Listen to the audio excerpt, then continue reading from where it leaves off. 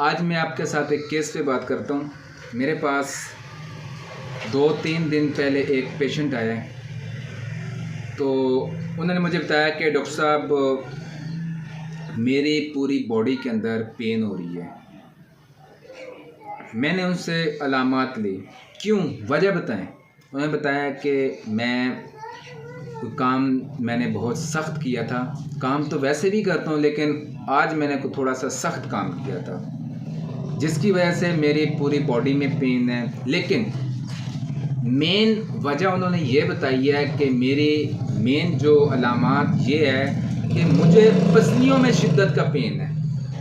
Ribs यानी कि पसलियों के अंदर शिद्दत का पेन है। जैसे मैं थोड़ा सा सांस ऊपर लेता हूँ तो मुझे पेन होना स्टार्ट हो जाती है। तो मैंने उनकी ए से लेके जेड तक मैंने उनकी केस टेकिंग की।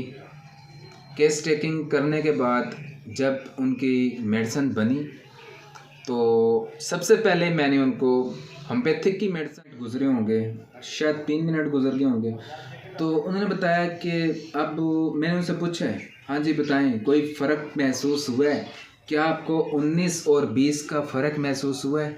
तो कहते हैं 19 और 20 का तो मैं आपको नहीं बोलता, लेकिन ये है कि 60% मुझे अफाका हुआ है।